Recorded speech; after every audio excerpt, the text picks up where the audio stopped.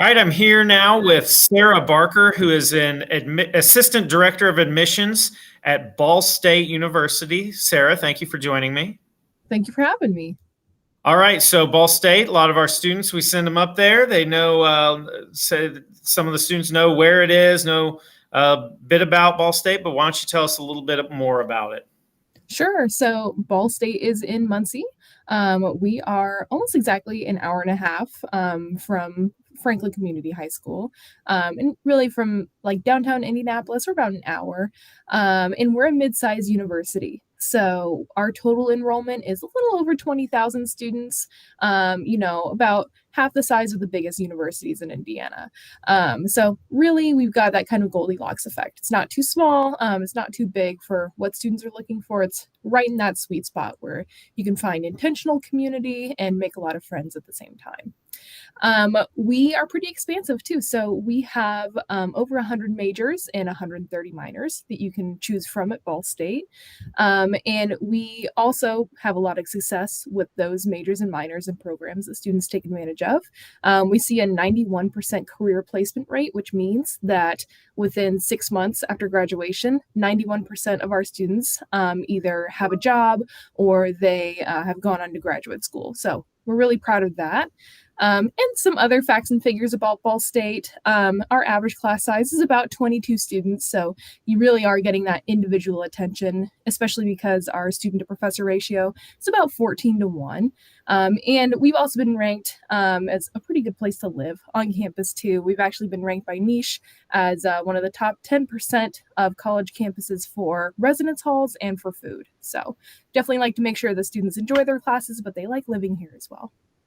Yeah, the food one, that's important, right? They got to Oh, get the yeah. good food. Yeah. Oh, yeah, All right. absolutely. So, what does Ball State look for in a potential student? And then, what are some of the admission requirements to be accepted into Ball State? Yeah. So for students who apply to Ball State, what we're really looking for is that you are ready for college, that you're taking high school seriously, that you're taking your senior year classes seriously, especially, and that you're ready to be admitted, you're ready to take on those college level courses. And there's a few ways that we can see that, right? So first of all, we do look at your transcript, and we look at your GPA. And that's not just for your junior or senior year. We look at your GPA that's cumulative over your whole time in high school, typically 4 years, right? Since you were a freshman. We do take a weighted GPA. So we give weight for your honors, AP, and dual credit classes. And we also have optional test scores that you can submit. So either your SAT or ACT. That, like I said, is optional. We are a test optional institution. And what that means for Ball State is that you are welcome to submit your SAT and ACT scores. We will take them, absolutely, and we'll use them for your admissions decision or scholarships, but we will only use them if it's to your benefit. So if you maybe had a hard time with COVID, maybe your grades aren't as great as you would like them to be, but you know you're a really strong student, sending in your SAT or ACT scores could really help you with your Ball State application.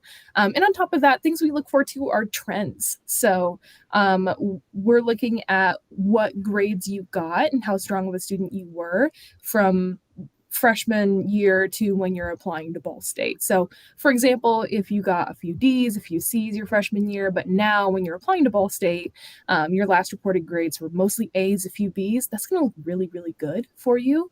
But inversely, we will give pause to you if if you were a really good student, maybe a few A's and B's your freshman year, but now are seeing like mostly D's and C's. That's something that we can do something called waitlisting for. And at Ball State, that means that we're going to wait to see your next reported grades, typically first semester senior year, before we will admit you, just to see what kind of student you are right now and if you have turned those grades around. So that's some of the things that we're looking for requirements to be admitted. You don't want to see the junioritis bleed over into senioritis. No, and it is almost very painfully obvious when I see a transcript that is, freshman year stellar, sophomore year also great, junior year mostly D's. That's very obvious to admissions officers, and we will take action sometimes if it warrants it on those applications.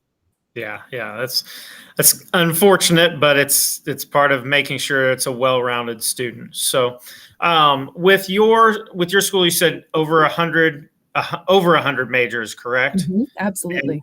and then so why don't you tell us about some of the big majors that you have that you're known for, and then do any of those majors have any additional like admissions requirements that are like direct admit or anything like that? Yeah, so Ball State, I will say our biggest major that we're really proud of is education. So, and that's education for anything, any kind of teacher, whether that is you would like to coordinate preschool programs or you would like to be a high school teacher, whatever, in any subject as well, including things like theater education, journalism education, and deaf education.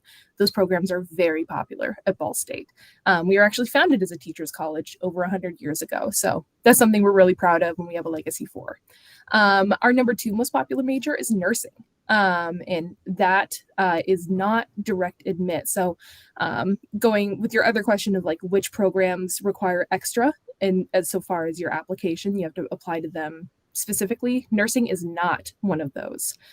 So, if you're admitted to Ball State, you're admitted to our pre-nursing program. There is a test in process for that program once you're in college, but once you're applying to college while you're in high school, you don't have to worry about testing into that program. Some of our other really popular majors include anything to do with communications. So, journalism, media, whether it's video production, audio production, sales, and communications in general, very popular at Ball State. We also have an esports major and a sports production major as well. Also, maybe some majors that you haven't heard of before or aren't super familiar with, or maybe not have even thought about. So, Ball State's a great architecture school. I know a lot of students don't have architecture classes in high school, but that is definitely something you can major in at Ball State. Also, I really want to talk about theater as well. Our theater program is wonderful. We actually see the most out of state applicants for theater that we see of any program at Ball State, just because it does have that renown across the country. Also, some programs that you might not have heard of before, may not have thought about. Ball State has a very good speech language pathology program. If you'd like to be a speech therapist for working for any age group, you can major in that at Ball State. And also actuarial science. If you'd like to be someone who pretty much does math all day and wants to calculate insurance rates, you can do that too. You can major in that at Ball State. And to top off like the programs that require some extra added on top of your application that you have to apply to specifically, anything that requires an audition or a portfolio are what you need to think about when you apply to Ball State, because those are the only programs that require you to apply to the program directly, essentially. So for an audition, that would be theater, anything in theater, and music. So that includes music media production.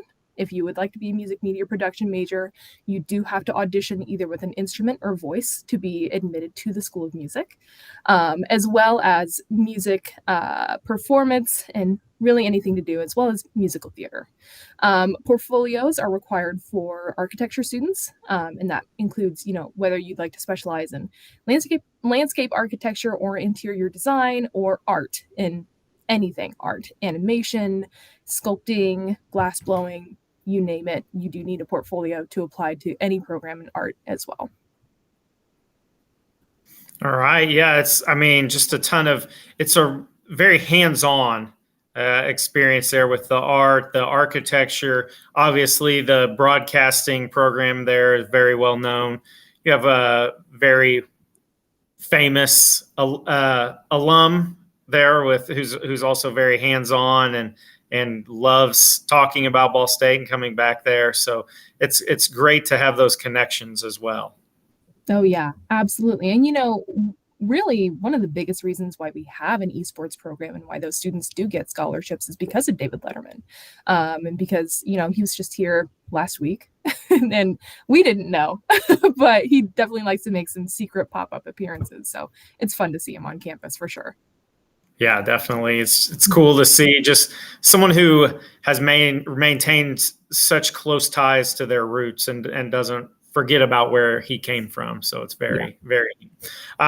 So as far as the cost, that's a big thing. Now with Ball State being a public institution, it can be a little bit less expensive, but it doesn't make it still not expensive, I guess, when you're looking at the grand scheme of things. So why don't you tell me, because I've done a lot of these, so I get it now, the sticker price, but then why I won't pay the sticker price for it. Mhm. Absolutely. Yeah. So the sticker price that you're looking at, and I'm going to talk mostly about tuition and room and board because at Ball State, those are the two things you need to worry about. We do have some extra added fees, but those total up to about less than $2,000 per year. Our tuition is $8,400 a year for in-state students, a little bit over, some dollars and cents over. And then room and board, which is the price that you pay for your residence hall, for the room that you live in, and also food, every meal that you ever eat on campus for that academic year is about $10,600. So definitely when you're looking at and like comparing Ball State to other universities, definitely take into account not just the tuition price, but the overall cost of attendance and what you get for that too. So definitely, I mean, the food on campus is very important, like we talked about before. Before you sign a contract to pay that room and board price, definitely make sure that you're visiting that campus and eating the food and making sure you like it, right? That, if you don't like that food on your first visit, I guarantee you're not going to love it 4 years in, right? So definitely make sure you're getting what you pay for. And, a big reason why students don't pay that amount, I mean, with fees, the total for in-state is about $21,000. Like rarely will students pay that amount out of pocket. And it's because of financial aid and scholarships. Ball State does have some automatic scholarships, and we actually post every scholarship that we award and that you can apply to on our website. It's at bsu.edu/scholarships. That link is going to be your best friend. If you're looking for scholarships, you're wondering what Ball State can offer, even planning a couple years down the road, they typically stay the same. So if you're looking at what you want to apply to, maybe a year ahead of time, you can look at that link. We also take the FAFSA. So I heavily encourage you to file the FAFSA. We take any student loans that you may be awarded, and we take any scholarships from any outside agency. As long as someone wants to give you money for school, hey, we'll take it. So actually 90% of our students receive financial aid in some way or another. So rarely ever do students pay that sticker price out of pocket. Yeah, it's that price goes down considerably once you get the merit, the scholarships and stuff that the school has to offer. So it's a great thing and a affordable price for, what's around as well, especially. Mm-hmm. Yeah, we know we're a state school. We like to stay accessible for sure.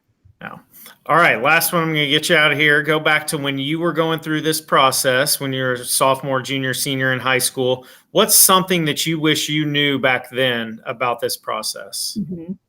I wish I would have known about deadlines. And it seems so simple, right? I mean, I was a first generation college student.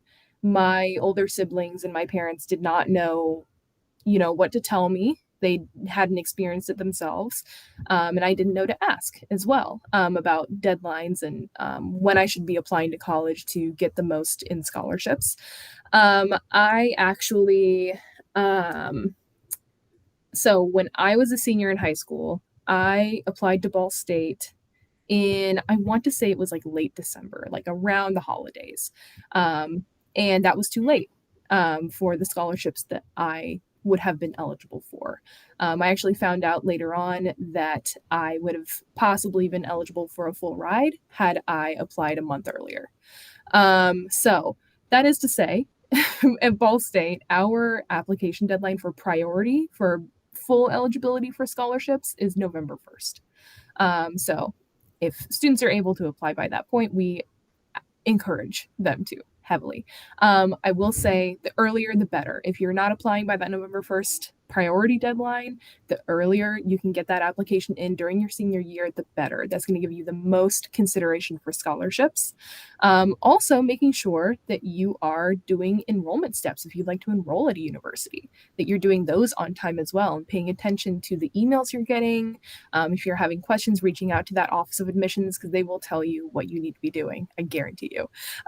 So making sure that you're just giving yourself the most eligibility by just staying on top of things. Don't let that senior year get the best of you. Don't let, yourself kind of go by the wayside and not adhere to deadlines. They're there, they exist. And if you want money for school, you want to give yourself the most eligibility that you could possibly get, definitely make sure you're applying. And I will say, my mom does not know that I did not apply by the deadline that I should have. That's definitely just between myself and the institution. So, hey, but yeah, so if you want to make your mom happy, apply on time and you won't have to rack up as much student debt as you would otherwise. So, yeah. Yeah.